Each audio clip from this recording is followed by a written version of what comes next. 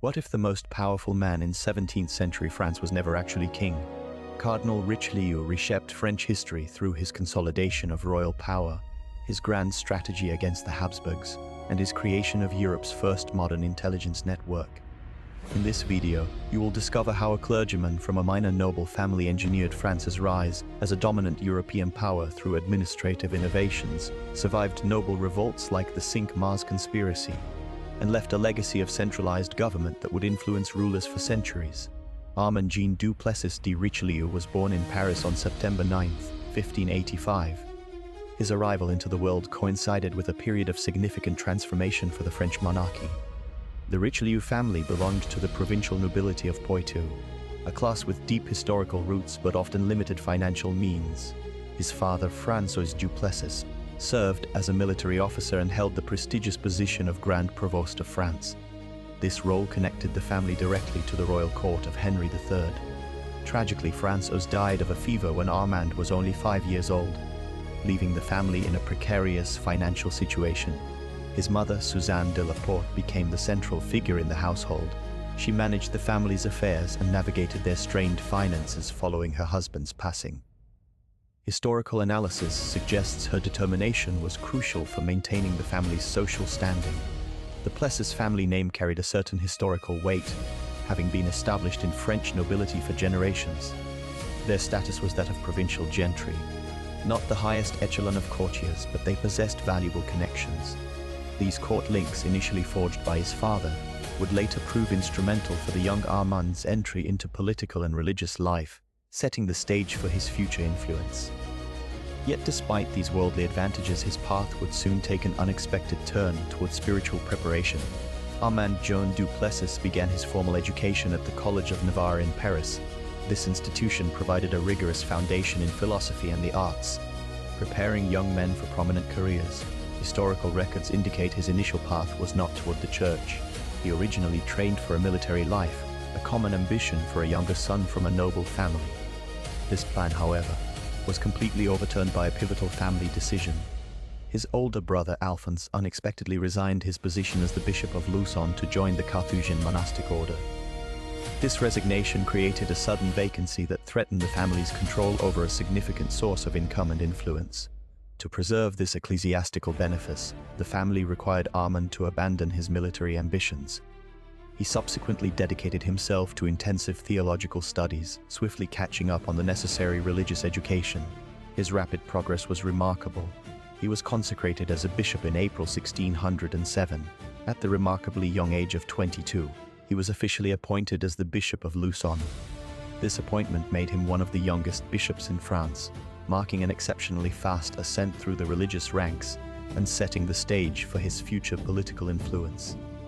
His early career demonstrated a formidable ability to adapt and seize critical opportunities. But how would this young bishop translate his ecclesiastical success into political influence? The young Bishop of Luçon entered the political arena at the Estates General of 1614.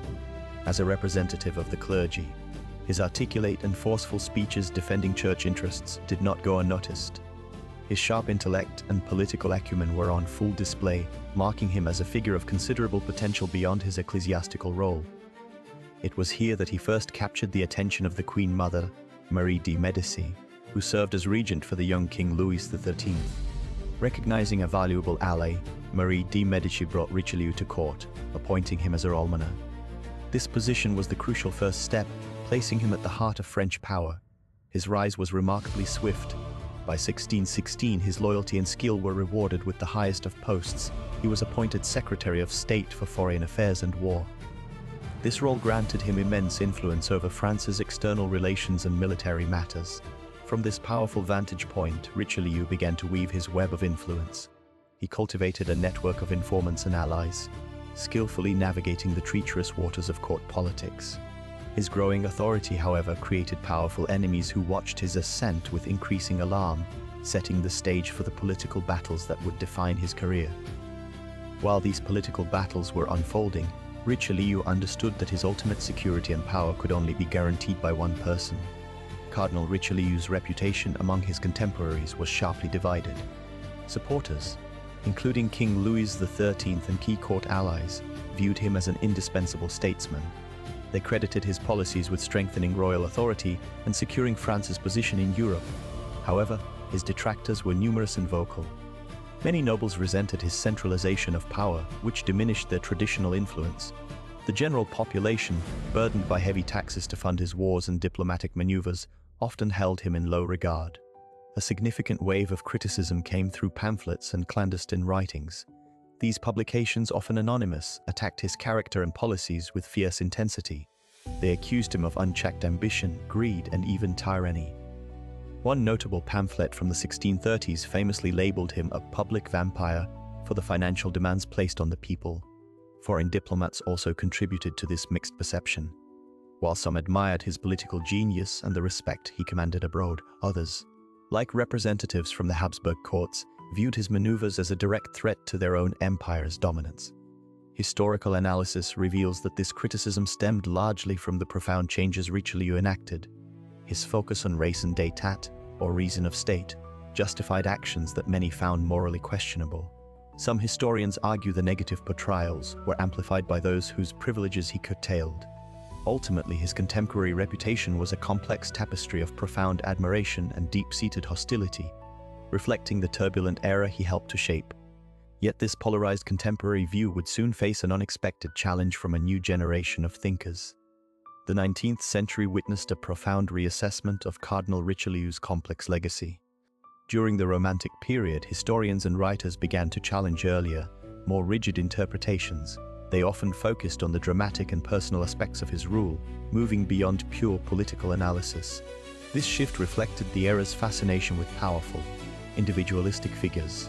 Alexander Dumas's novel, The Three Musketeers, published in 1844, played a pivotal role in shaping the popular image of Richelieu. Dumas portrayed the cardinal as a cunning and manipulative antagonist, a shadow ruler solely focused on his own power. This fictional depiction, while entertaining, often overshadowed the nuanced historical record for generations of readers. The book's immense success cemented the idea of the Grey Eminence in the public consciousness. Simultaneously, nationalist historians of the later 19th century offered a contrasting, more favorable view. They analyzed his state-building achievements with renewed appreciation. These scholars argued that his centralization of royal authority and his confrontations with the Habsburg powers were essential for France's emergence as a dominant European state. Their research highlighted how his policies laid the groundwork for the France of Louis XIV.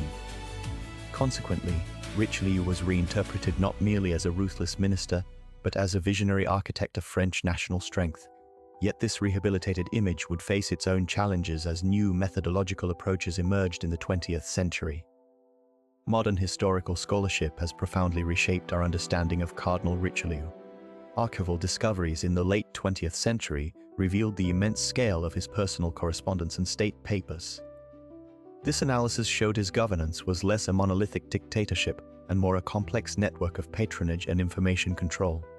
Researchers now see his centralization of power as a pragmatic response to the chaos of the French Wars of Religion, which ended in the year 1629. Ongoing debates focus on his role in European state formation. Some scholars argue he was a foundational figure of the modern state system, using diplomacy to check Habsburg power. Others contend his methods, including extensive espionage and intervention in the 30 Years' War, primarily served dynastic French interests. A key area of revision involves his economic policies. Earlier portraits often overlooked his promotion of mercantilism and the navy. Studies from the 1990s highlighted how these policies laid the groundwork for French colonial ambitions.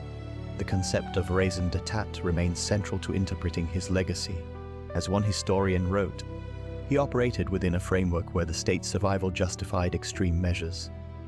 Current scholarship continues to balance this ruthless pragmatism with his genuine patronage of arts and education, which fostered a distinct French cultural identity. The figure of the Grey Eminence is now viewed as a sophisticated administrator navigating an era of perpetual crisis. But how did this complex historical figure transform into such an enduring cultural archetype? Cardinal Richelieu's legacy extends far beyond historical records into the realm of popular culture. His figure became a staple in literature, most famously in Alexander Dumas's The Three Musketeers, published in the 1840s. In this classic, Richelieu is depicted as a cunning and formidable antagonist, a portrayal that cemented his image as the archetypal Grey Cardinal for generations.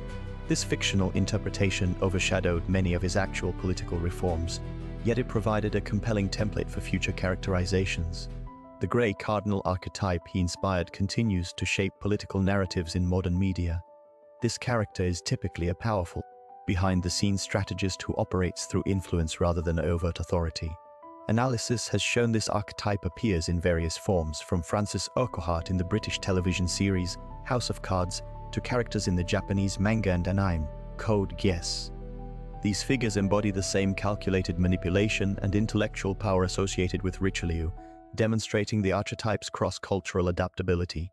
Cinematic portrayals have further diversified his image. The silent film, The Iron Mask from 1929, presented a stern Richelieu, while the Hollywood adaptation in 1993 offered a more nuanced, though still politically shrewd version. Scholars note that these portrayals often blend factual elements, such as his centralization of state power, with fictionalized dramatic conflicts. This enduring presence across books, films, and series confirms Richelieu's unique position as a historical figure whose complex legacy provides fertile ground for storytelling. Continually exploring the timeless theme of power operating from the shadows, the political ascent of Armand Jean du Plessis, the future Cardinal Richelieu, was a masterclass in navigating treacherous royal loyalties. His initial position was secured through the patronage of the Queen Mother, Marie de Medici, who served as regent for her son, Louis XIII. Richelieu skillfully positioned himself as a mediator between the strong-willed Marie and the increasingly independent young king. This balancing act was precarious, as historians note the deep-seated tension and rivalry between mother and son for control of France. Richelieu's primary objective was to maintain influence with both, a nearly impossible task that would soon define his early career. This delicate equilibrium shattered in 1617 during the Day of the Dupes. The Queen Mother, attempting to oust Richelieu, instead triggered her own political downfall.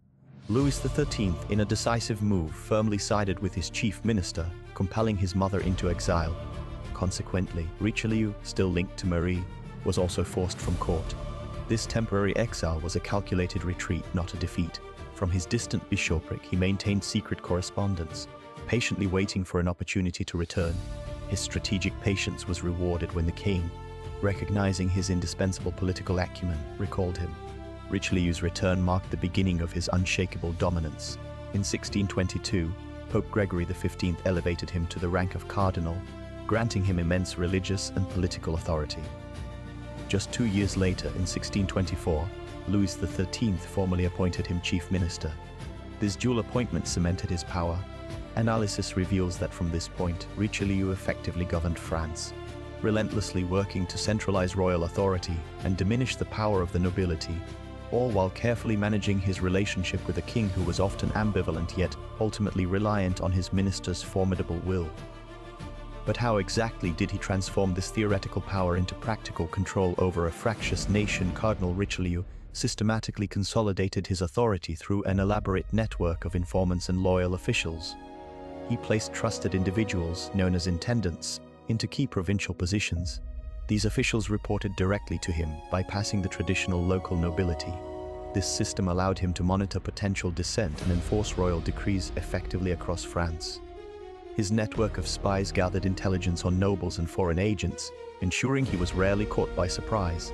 His relationship with King Louis XIII was pivotal to his sustained power. Historical analysis reveals Richelieu maintained the king's confidence by consistently demonstrating his policies strengthened the monarchy. He presented challenges not as personal threats, but as dangers to the crown itself. Despite facing powerful enemies like the Queen Mother, Marie de Medici, and factions at court, his position remained secure. He managed this by ensuring the king saw his continued leadership as essential for national stability. Richelieu faced significant early challenges that tested his control. The Day of the Dupes in November 1630 was a critical event where his enemies nearly persuaded the king to dismiss him. Richelieu's calm response and direct appeal to Louis XIII secured his position and resulted in the exile of his rivals. Furthermore, he decisively handled conspiracies, such as the one involving the king's brother, Gaston, Duke of Orleans, and the Duke of Montmorency. Montmorency's execution in 1632 sent a clear message that defiance of the cardinal's authority would not be tolerated. These actions firmly established his control over the French state. The political storm broke on November 10, 1630, a day history would remember as the Day of Dupes. For many hours, the outcome seemed certain. Queen Mother Marie de Medici, joined by the king's brother Gaston d'Orléans, and a powerful faction of nobles, launched a final, desperate assault against Cardinal Richelieu. In a series of intense, private meetings at the Luxembourg Palace, they pressed a hesitant Louis XIII, demanding the immediate dismissal of his chief minister.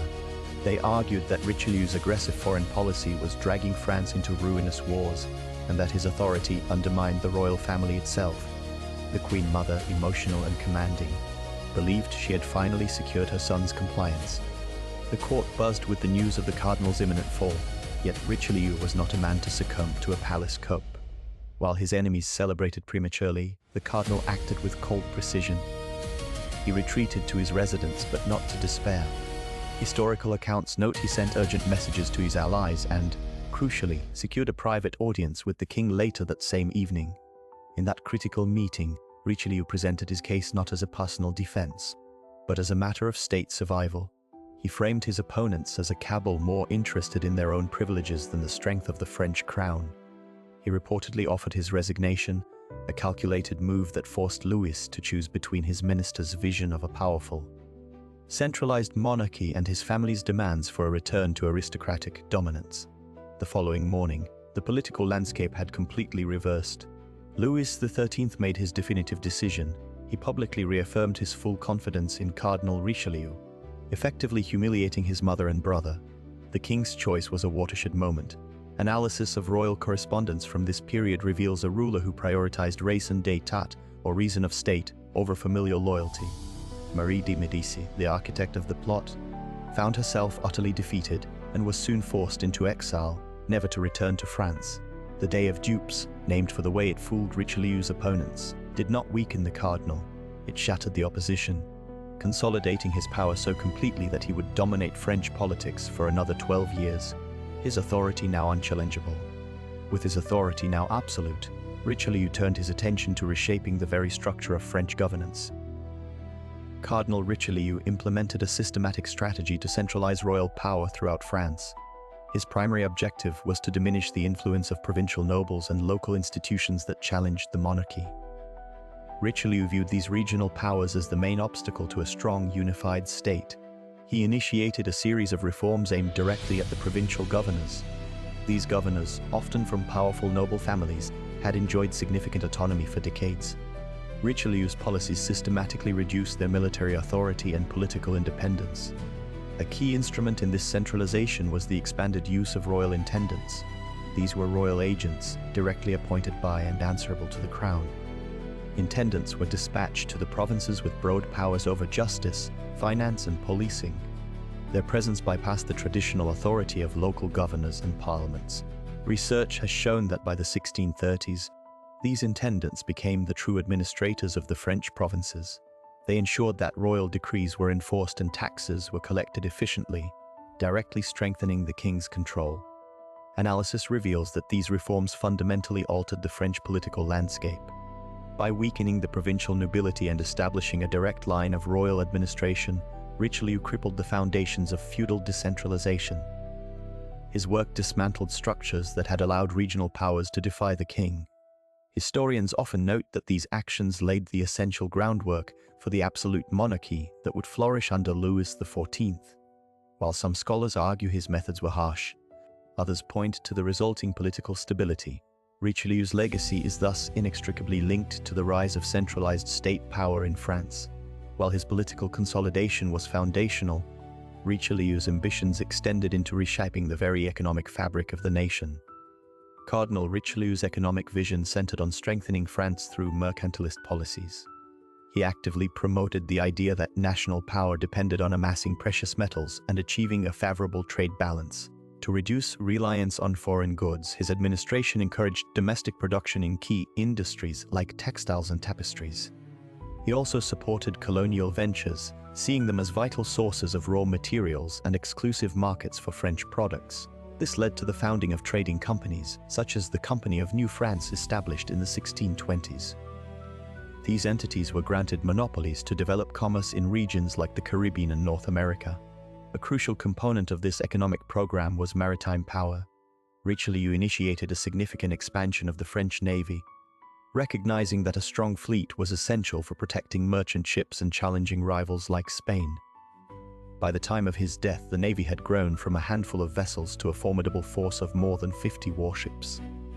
This provided the muscle needed to enforce trade policies and project French influence overseas. Analysis reveals a mixed legacy for these reforms. The trading companies often struggled with financial difficulties and failed to match the success of their Dutch and English counterparts. However, Richelieu's foundational work laid the groundwork for France's future colonial empire. His mercantilist framework influenced French economic strategy for decades, culminating in the more systematic policies of Jean-Baptiste Colbert later in the century. While his immediate commercial successes were limited, his administrative and naval reforms were transformative, setting a new course for France as a global maritime power. Yet beyond these structural transformations, Richelieu was simultaneously shaping the nation's intellectual and artistic identity in equally profound ways. Cardinal Richelieu's influence extended deeply into the cultural sphere, where he acted as a significant patron of the arts. His most enduring legacy in this domain was the founding of the Académie Française in 1635. This institution was established by royal decree under his guidance. Its primary mission was the purification and standardization of the French language. Richelieu envisioned a unified linguistic code that would strengthen national identity and enhance France's cultural prestige across Europe. The cardinal maintained complex relationships with the leading writers and artists of his time. He provided pensions and positions to those whose work aligned with his vision for a glorious France. However, his patronage was not without conditions. He expected artistic and literary production to serve the state's interests, leading to both collaboration and tension. For instance, while he supported playwrights like Pierre Corneille, their relationship was often tested by Richelieu's desire for ideological control. Through the Académie, Richelieu initiated the creation of a definitive dictionary, a grammar guide, and a rhetoric manual. These projects aimed to fix the rules of the language and promote eloquence. Scholars note that this effort was a calculated move to centralize cultural authority, mirroring his political reforms. The Académie's work, as one contemporary observer noted, sought to make French not only elegant, but also capable of treating all the arts and sciences. This institution continues its linguistic mission to this day, a testament to its founder's far-reaching vision. Yet this same unifying vision for French culture would soon confront a profound internal division, revealing a more pragmatic side to his statecraft. Cardinal Richelieu approached French Protestantism primarily as a political challenge rather than a purely religious one. His policies toward the Huguenots demonstrated a consistent prioritization of state stability over theological uniformity. While personally a devout Catholic, Richelieu recognized that France's internal strength required neutralizing the Huguenots' military and political autonomy. This pragmatic stance often placed him at odds with more zealous Catholic factions who demanded complete religious suppression. The cardinal's strategy culminated with the Siege of La Rochelle, a major Huguenot stronghold, which lasted from 1627 to 1628. Following its surrender, Richelieu implemented the Peace of Alès in 1629. This agreement was remarkably calculated. It revoked the Huguenots' political privileges and fortified cities, thereby eliminating their state within a state. Crucially, however, it preserved the Edict of Nantes' core religious toleration, allowing Protestants to continue practicing their faith. Analysis reveals this dual approach served distinct purposes. By dismantling their military power, Richelieu eliminated a primary threat to royal authority. Simultaneously, by upholding their right to worship, he prevented mass discontent and potential economic disruption from a persecuted minority. Some contemporaries viewed this as a betrayal of Catholic interests. Others, including modern historians, see it as a masterstroke of realpolitik. Richelieu successfully balanced Catholic orthodoxy with reasons of state, subordinating religious division to the overarching goal of a unified and powerful French monarchy. This strategic balancing act would soon be tested in one of the most dramatic military campaigns of his career. The Siege of La Rochelle began in the late summer of 1627, a direct confrontation between the French crown and the Huguenot stronghold. Cardinal Richelieu, determined to break the city's resistance, personally oversaw military operations. His strategy was one of total encirclement, designed to strangle the port into submission. The royal army, numbering over 20,000 soldiers, constructed 12 massive forts and 18 redoubts around the landward perimeter. This formidable ring of earth and stone completely isolated the urban center from any potential relief by land. Richelieu's most audacious tactic was the construction of a massive sea wall. This immense barrier, stretching nearly 1,500 meters across the harbor entrance, was an unprecedented feat of military engineering. It was built using sunken ships filled with rubble, creating a solid breakwater. Wooden stakes and floating batteries protected the structure from assault. The wall effectively blocked all sea access, preventing the English fleet, which had attempted relief on multiple occasions, from delivering vital supplies to the besieged citizens. The city was now trapped by land and sea. Inside the walls, conditions deteriorated with terrifying speed. Food reserves vanished within the first year. Contemporary accounts describe citizens resorting to eating horses, dogs, and rats. By the final months, starvation was rampant. Studies of parish records indicate the population plummeted from approximately 27,000 to just 5,000 souls. The majority succumbed to hunger and disease, a grim testament to the siege's brutal effectiveness. The final surrender came in October of 1628, after 14 agonizing months. The fall of La Rochelle was a pivotal moment in French history. It shattered the political and military power of the Huguenots in France, eliminating their state within a state. Richelieu secured absolute royal authority over a previously rebellious region. While some historians view the outcome as a necessary step toward national unity, others emphasize the immense human cost as a dark chapter in the consolidation of state power. The cardinal's victory demonstrated that no internal challenge to the monarchy would be tolerated, setting a precedent for decades of centralized rule. While this military victory established the monarchy's supremacy, the formal political settlement that followed would now redefine the status of the Huguenots within the French state. The Peace of Alais, signed in June 1629, formally concluded the French Wars of Religion. Its terms were a masterful political compromise. The Huguenots lost their fortified cities and their right to hold political assemblies, effectively ending their state within a state. However, their freedom of worship, originally granted by the Edict of Nantes, was explicitly reaffirmed. This separation of military power from religious rights was the settlement's core innovation. This agreement decisively strengthened the French monarchy. By dismantling the Huguenots' political and military autonomy, Cardinal Richelieu eliminated the primary internal challenge to royal authority. The king's power was no longer contested by armed, independent factions. Historians often view this as a critical step toward absolute monarchy in France. The state's authority now stood supreme over all subjects, regardless of their faith. The long-term implications for French Protestants were profound. While their religious rights were protected on paper, their political influence vanished. Without fortified safe havens, they became entirely dependent on the crown's continued goodwill for their safety. This made the community vulnerable to future policy shifts. Analysis shows that over the following decades, this lack of a political voice gradually eroded their societal position, setting a precedent that would ultimately lead to the revocation of the Edict of Nantes decades later under Louis XIV.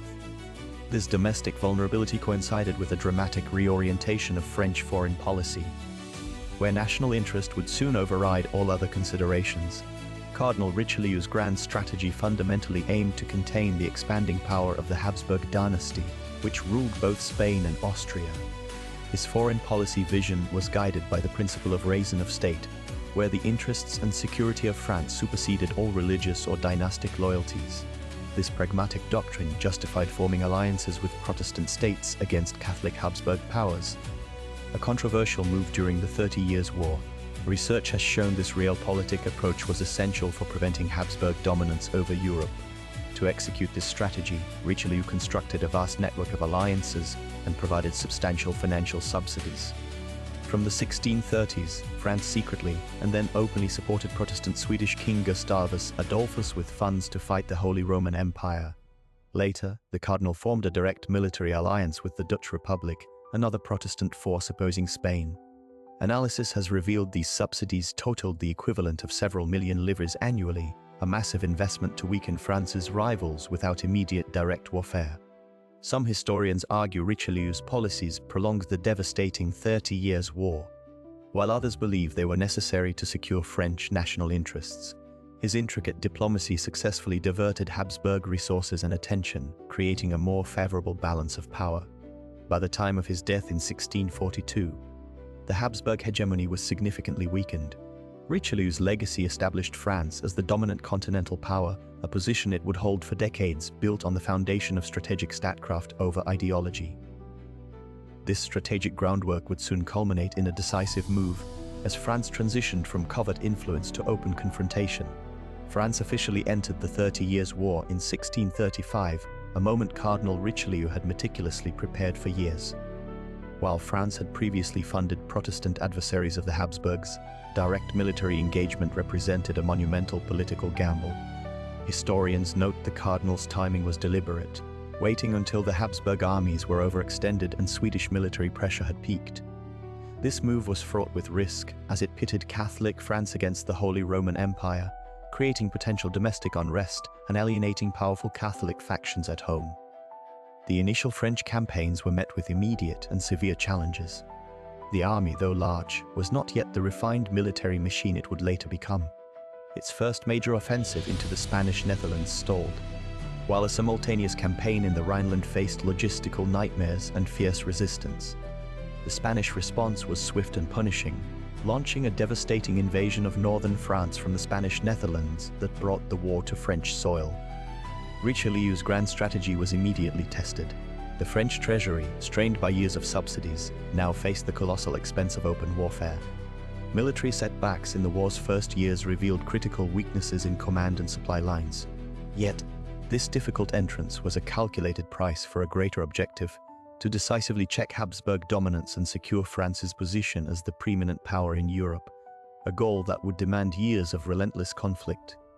This strategic vision would now be tested through a series of intricate military and diplomatic maneuvers. Cardinal Richelieu's military and diplomatic campaigns were deeply intertwined. His operations in northern Italy sought to block Spanish supply routes. French forces captured key fortresses like Pinerolo in 1630. Simultaneously, Richelieu supported Protestant allies in Germany. This diverted Habsburg resources and prevented a unified front against France. In the Spanish Netherlands, French armies engaged in a war of attrition. The capture of Arras in 1640 was a significant victory. Each military move was calculated to achieve specific political ends. Richelieu masterfully coordinated battlefield strategy with diplomatic maneuvering. He formed alliances with Sweden and the Dutch Republic to share the military burden. His diplomats worked constantly to isolate Spain and Austria. Research has shown his network of agents provided crucial intelligence. This allowed him to anticipate enemy movements. One contemporary wrote, "He fought with pens as much as with swords." This integrated approach stretched French influence across Europe without overcommitting its army. Financing these prolonged conflicts required immense resources. Richelieu increased taxes, which caused widespread domestic discontent. He also streamlined the collection of revenues to fund the armies. However, these financial demands led to several peasant revolts and noble conspiracies. The Day of the Dupes in 1630 nearly cost him his position. Despite this opposition, his control over Louis XIII remained firm. Analysis has revealed his fiscal policies, while unpopular, were essential for maintaining military pressure until his death in 1642.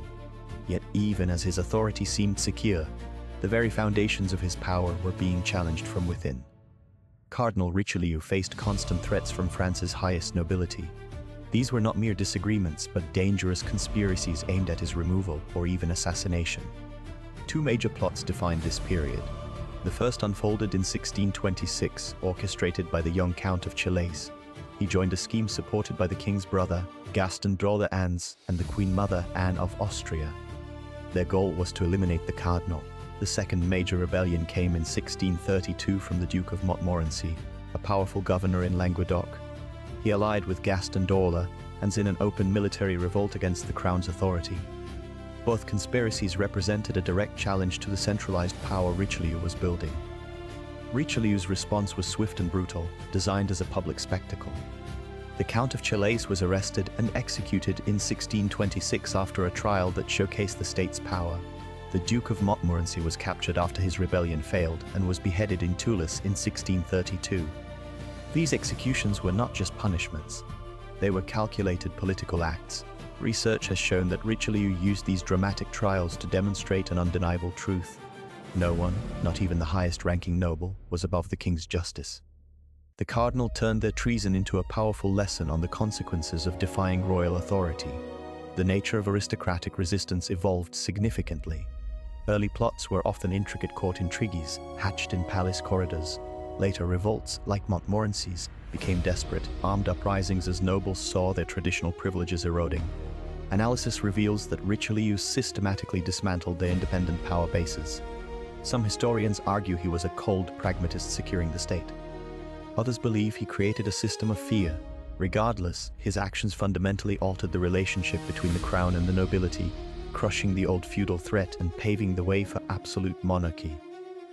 Yet this consolidation of power at the highest level would soon face its ultimate test from within the king's own inner circle. The final major conspiracy against Cardinal Richelieu unfolded in the shadow of the king's own court. The central figure was the young Marquis of Cinq-Mars, Henry Coiffier de Rusy. He was the handsome favorite of King Louis XIII, a position granting him unprecedented access and ultimately a fatal overconfidence. By the early 1640s, resentment festered within him. He felt his influence was insufficient and his ambitions were being curtailed by the cardinal's unwavering control. This personal grievance became the catalyst for a plot of staggering treason. The conspiracy rapidly moved beyond palace whispers. Cinq-Mars and his close associate, François de Thou, entered into secret negotiations with Spain, France's primary enemy in the ongoing 30 Years' War. Historical records indicate they signed a treaty with the Spanish crown, pledging to orchestrate Richelieu's downfall. In return, Spain promised military support and substantial financial subsidies. The plan was audacious, relying on a coordinated rebellion within France supported by Spanish forces. They believed the king's tacit discontent with his minister would shield them from suspicion. However, they fatally underestimated the reach of Richelieu's intelligence network. The cardinal's spies intercepted copies of the secret treaty. On the 13th of June 1642, while traveling with the king in Languedoc, Richelieu presented the damning evidence to a horrified Louis XIII. The document, bearing Cinq-Mars' signature, was an undeniable act of high treason conducted without the monarch's knowledge. The king's personal affection for his favorite evaporated in the face of this betrayal, and he authorized immediate arrests. The subsequent trial in Lyon was swift and merciless. The special tribunal, established by Richelieu, faced a significant challenge with de Thou, who had known of the plot but had not actively participated. His condemnation was secured based on his failure to warn the king, a crime of misprision of treason. Both men were found guilty and sentenced to death. On the 12th of September, 1642, in the Place des Terraux, the 22-year-old Cinq-Mars and de Thou were beheaded. Their executions extinguished the last significant aristocratic challenge to Richelieu's authority, cementing his power until his death just a few months later. This decisive victory over his opponents led Richelieu to expand his methods of control. Creating a sophisticated system to preempt future threats, Cardinal Richelieu established one of Europe's first modern intelligence networks. He systematically built this apparatus to monitor threats to the crown. His system relied on a web of spies and informants placed in noble households and foreign courts. This network gathered information on potential conspiracies and diplomatic maneuvers. It became a cornerstone of his administrative control. Richelieu's methods were remarkably advanced for the 17th century. He employed codebreakers to intercept and decipher diplomatic correspondence. His agents monitored the mail of suspicious nobles and foreign ambassadors. One key figure was Père Joseph, his trusted aide who managed many clandestine operations. Research has shown that intercepted letters often provided the first warning of disloyalty. This surveillance extended to French ports, where officials reported on ship movements and suspicious travelers. The intelligence network directly contributed to Richelieu's political longevity. It allowed him to act preemptively against rivals, often before their plans matured. Analysis reveals that his survival during multiple crises was heavily dependent on timely information. Some historians believe this system centralized state power like never before. Others argue it created a culture of suspicion. Regardless, his intelligence service became a model for future European states, fundamentally changing how power was secured and maintained. While these systems secured his political power, they could not protect him from the personal vulnerabilities that shaped his daily existence. Cardinal Richelieu's political career unfolded under the constant shadow of debilitating health issues. Historical records indicate he suffered from severe, recurring migraines and persistent skin conditions, possibly psoriasis or a similar affliction. These chronic problems frequently confined him to his private chambers for days at a time. Despite this, his influence never waned. He developed a remarkable capacity to govern directly from his sickbed, receiving ministers, reviewing state documents, and dictating correspondence. His ability to maintain control over France's complex political landscape, even while physically incapacitated, demonstrated his formidable willpower and administrative genius. Contemporary accounts describe Richelieu as a man of gaunt and pale appearance, a physical state undoubtedly exacerbated by his perpetual illnesses. One observer noted his penetrating eyes and reserved demeanor, which some interpreted as coldness. His personal manner was typically measured and deliberate. He spoke little but with great precision. Research has shown that his rigorous daily routine was a testament to his self-discipline. He dedicated long hours to work, often beginning before dawn and continuing late into the night, with brief intervals for meals and religious observance. This relentless schedule was maintained for decades, fueling his reputation as the tireless, grey eminence of France. Even at his country estate, his routine remained largely unchanged, blending political management with intellectual pursuits. Beyond his demanding political life, this same disciplined approach extended to his ambitious cultural projects. Cardinal Richelieu was not only a political mastermind but also one of France's most significant art collectors and builders. His primary Parisian residence, the Palais Cardinal, was a monumental project begun in 1629. This palace, later renamed the Palais Royal, housed an immense and diverse art collection. It featured masterpieces by contemporary artists alongside classical sculptures and tapestries. The palace itself became a powerful symbol of his immense wealth and influence, strategically located near the Louvre. Beyond the capital, Richelieu commissioned his country estate at Rueil. This project included expansive formal gardens that were celebrated for their innovative design. Furthermore, he founded an entirely new town named Richelieu in his native region of Poitou. Constructed between 1631 and 1642, the town was a planned urban community with a strict geometric layout, defensive walls, and a grand palace at its center. Analysis reveals that his cultural patronage served a dual purpose. On one level, it was a personal passion for the arts and architecture. However, studies have shown it was equally a calculated political instrument. These grand building projects and his vast art collection were designed to project an image of unparalleled power and stability. They visually reinforced his authority to both French nobles and foreign ambassadors. In this way, his cultural investments were inseparable from his statecraft, building a legacy of both political and aesthetic dominance. Yet behind this carefully constructed public image lay a very different kind of power structure, one built not on stone and canvas but on intimate personal allegiances. Cardinal Richelieu's personal network was a complex web of loyalty and political utility. His most significant familial bond was with his niece, Marie-Madeleine de Vignerot, later the Duchess of Aiguillon. He arranged her marriage and, following her widowhood, she became his closest confidant, managing his household and charitable works. Historians debate whether this was purely a strategic alliance or contained genuine affection, but her unwavering loyalty was a cornerstone of his private life. Richelieu cultivated a powerful inner circle, often called his criatures, who owed their positions entirely to him. Key figures included his loyal secretary, Father Joseph, known for his diplomatic skills, and the superintendent of finances, Claude de Bouillon. Richelieu maintained their allegiance through a system of patronage, granting them wealth, titles, and influence, which in turn ensured their absolute dependence on his continued favor. The question of Richelieu's capacity for true friendship remains a subject of historical analysis. Some scholars argue his relationship with Father Joseph, his grey eminence, approached a partnership of mutual respect and shared vision for France's strength. Others contend that for Richelieu, every human connection was ultimately subordinate to raison d'etat, or reason of state. His correspondence, while cordial, rarely revealed personal vulnerability, suggesting a man who viewed his network first as an instrument of power. This calculated approach to human connections was rooted in a systematic political philosophy that Richelieu would formally articulate. Cardinal Richelieu's political philosophy, articulated in his Political Testament, and other writings centered on the doctrine of raison d'etat, or reason of state. This principle asserted that the interests and security of the nation superseded all other considerations, including traditional moral or religious dictates. For Richelieu, the state's survival justified actions that might otherwise be deemed harsh or unjust. His policies, from centralizing royal authority to engaging in the 30 Years' War, were framed as necessary applications of this core idea. Scholars note that Richelieu balanced this theoretical framework with immense practical flexibility. While his writings presented a current vision of a powerful, centralized monarchy, his daily governance was a masterclass in political adaptation.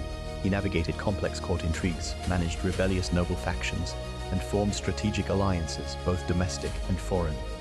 Analysis reveals his administration was a continuous negotiation between his stated ideals and the immediate demands of political survival. This pragmatic approach is evident in his financial and military reforms.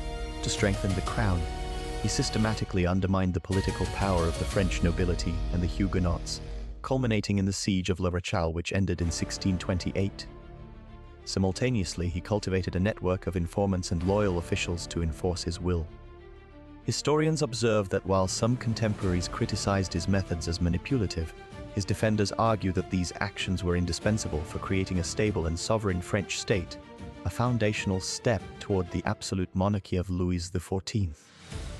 But how exactly did he translate this centralized authority into a functioning administrative reality? Cardinal Richelieu fundamentally reshaped French administration through his development of the intendant system. Beginning in the 1630s, these royal agents, directly answerable to the crown, were dispatched to the provinces. Their duties encompassed tax collection, justice, and policing, effectively bypassing local governors, many of whom were powerful nobles. This system became a primary instrument for centralizing state power. The reforms faced immediate and fierce criticism. Many contemporaries viewed the intendants as instruments of despotism, undermining traditional regional privileges and liberties. The nobility in particular saw their local authority erode, leading to resentment and participation in later revolts like the Fronde. Some officials argued these agents created an oppressive top-down bureaucracy. Historically, the significance of these administrative changes is profound. Research has shown they established a professional state bureaucracy that outlasted the monarchy itself. The intendant framework provided a model for efficient, centralized governance that Napoleon Bonaparte would later adapt. Analysis reveals this system was crucial in transforming France from a feudal patchwork into a unified, modern state, diminishing noble independence for centuries. The intendants became the administrative backbone of the French absolute monarchy. This administrative foundation would in turn enable the far more extensive centralization of power under a later monarch, a process that began with the strategic vision of one key figure. Cardinal Richelieu's most profound legacy was the establishment of a centralized government framework that directly enabled the later absolutism of Louis XIV. His systematic reduction of the political and military power held by the French nobility created a state where ultimate authority flowed directly to the crown. This process involved the increased use of royal officials, known as intendants, to enforce the king's will across the provinces, bypassing local governors. By the time of his death in 1642, the French monarchy possessed a more powerful and unified administrative apparatus than ever before. This centralized system was meticulously preserved and strengthened by his protégé and successor, Cardinal Mazarin, who governed France during the minority of Louis XIV. Mazarin continued Richelieu's core policies, particularly in confronting internal rebellions like the Fronde, which was a direct challenge to the growing power of the central state. The continuity between their two administrations ensured that the machinery of government built by Richelieu survived its first major tests. Historians often view Mazarin's tenure as a crucial bridge, solidifying Richelieu's innovations and preparing the stage for the Sun King's personal rule. Historical debates about Richelieu's role remain vibrant. Some scholars argue he was the principal architect of the modern French state, a view encapsulated by the assertion that he founded the royal absolutism, which was the character of the following century, as one historian wrote. Others propose that his work was more about perfecting existing medieval institutions rather than creating something entirely new. Analysis has revealed that while he did not invent centralization, his ruthless and pragmatic application of power gave it a definitive and enduring form. His legacy is thus seen not as a sudden revolution, but as a decisive turn that made the modern, centralized nation-state in France an inevitable development. This consolidation of state power was achieved under the personal direction of a man whose own physical state was becoming increasingly fragile. Cardinal Richelieu's final years were marked by a relentless physical decline that never loosened his grip on power. From 1640 to 1642, he suffered from a combination of ailments, including purulent pleurisy and severe ulcers. Yet, historical records show he continued to direct France's domestic and foreign policies from his sickbed. His chambers in the Palais Royal and later at the Louvre transformed into the nation's de facto nerve center. Ministers, diplomats, and military commanders reported directly to his bedside, receiving precise instructions on everything from tax reforms to military campaigns in the 30 Years' War. Research indicates that Richelieu maintained this control through a meticulously organized system of trusted secretaries and couriers. They carried encrypted dispatches across France and Europe, ensuring his will was executed without delay. This created an atmosphere of constant tension, as court factions watched for any sign of his waning authority. The cardinal was acutely aware that his political achievements centralizing royal power and challenging Habsburg dominance remained vulnerable. He wrote in his political testament about the necessity of a strong successor to preserve his life's work. His primary concern became identifying that successor. He tested several protégés, including Jules Mazarin, whom he introduced to King Louis XIII. Some historians believe Richelieu saw in Mazarin the intelligence and flexibility needed to navigate the treacherous court politics. Others suggest he remained uncertain until his final days. The cardinal died in Paris on December 4, 1642. Having governed France from his deathbed until the very end, his authority unchallenged but his legacy's security far from guaranteed. This uncertainty about his succession would soon be overshadowed by the immense public spectacle that followed his passing. Cardinal Richelieu died on December 4, 1642. His passing marked the end of an era for the French monarchy. The subsequent funeral ceremonies were exceptionally elaborate, reflecting his immense political stature.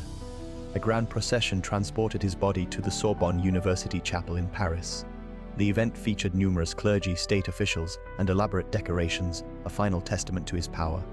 Public reaction to his death was profoundly mixed. Many celebrated the demise of a figure they perceived as tyrannical.